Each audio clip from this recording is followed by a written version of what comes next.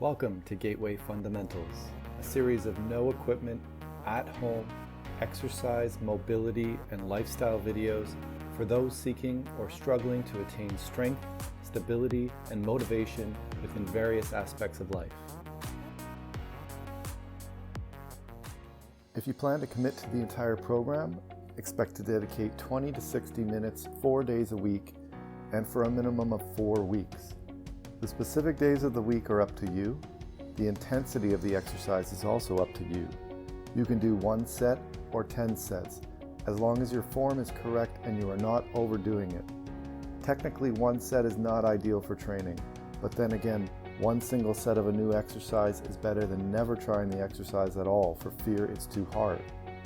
Allow yourself to fully focus on the intention behind each exercise rather than focusing on the max reps or sets you can reach. You'll be given a spreadsheet to log your progress. This spreadsheet also includes a text version of all my exercise cues.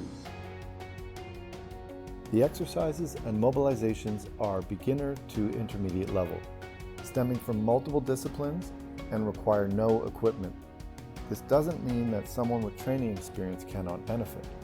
For example, the hardest yoga classes that I attend are the classes that teach slow, fundamental movements, and I come out of these classes sweating the most because of isometric intensity and an opportunity to explore each movement deeply rather than quickly flowing through it and on to the next.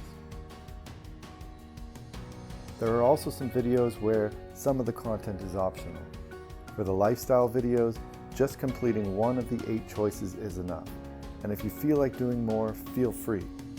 Or you can repeat the series and select 2 new choices each time, extending the video series beyond just 4 weeks' time.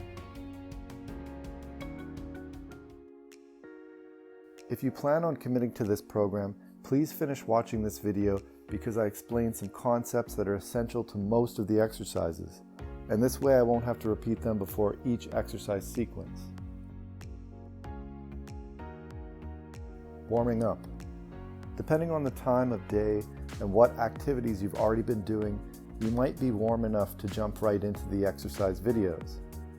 The mobilization and lifestyle videos don't require a warm-up. If it's first thing in the day, or you have been sedentary for a while, then before the workout videos you should perform a minute or more of light jumping jacks and a light stretch of the neck, shoulders, wrists, and legs as shown here.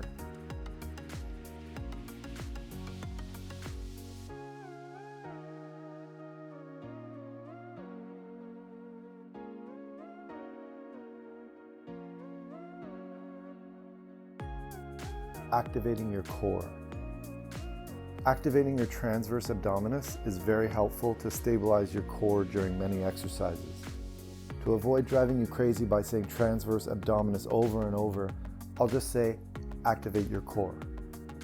Here is the procedure for activating your core.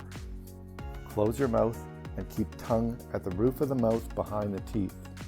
You should generally keep your mouth this way during exercises, other than to blow out through closed teeth when at the hardest point in a repetition if an exercise is very demanding. Take a breath, ideally a breath that first fills your belly rather than just your chest, and then pull your belly button in slightly to activate the transverse abdominis, and keep that activation during a repetition. Reactivate your core for each repetition, especially if the exercise is very demanding. If you're still unsure about this process, don't worry. The first workout video contains 1 exercise focused completely on activating the core. Hand grip. Improper hand position and grip will quickly cause wrist pain that can last days or even weeks. Anyone who has done yoga is likely already familiar with this issue. Let's take a look at the grip and hand position we will use for any exercise requiring hands on the floor. The index finger should be parallel with the rest of your body. Don't have your hands rotated in or out. Always keep the palm against the ground. If you need to lift it off, then you are likely compensating and the exercise is too hard or you've done too many reps. Keep the fingers spread out wide. Think of pushing your biggest knuckles into the ground at all times. Then slightly curl your fingers as you grip the ground with the tops of your fingers as if typing on a keyboard. In most cases, you'll be cued to rotate your elbows forward as well. And be careful if you are capable of overextending your elbows. If you have this ability, then be sure not to extend beyond having a straight arm. Record yourself.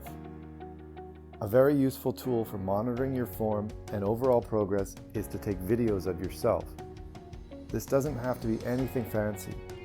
You can simply turn your phone to selfie mode, stick the phone on the wall, and press record.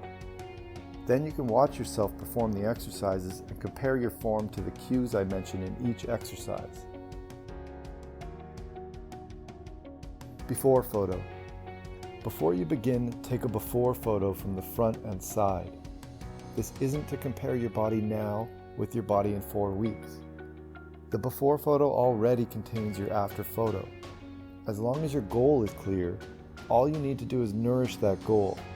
Just as a seed contains a tree, but only lacks the time to grow and the proper environment.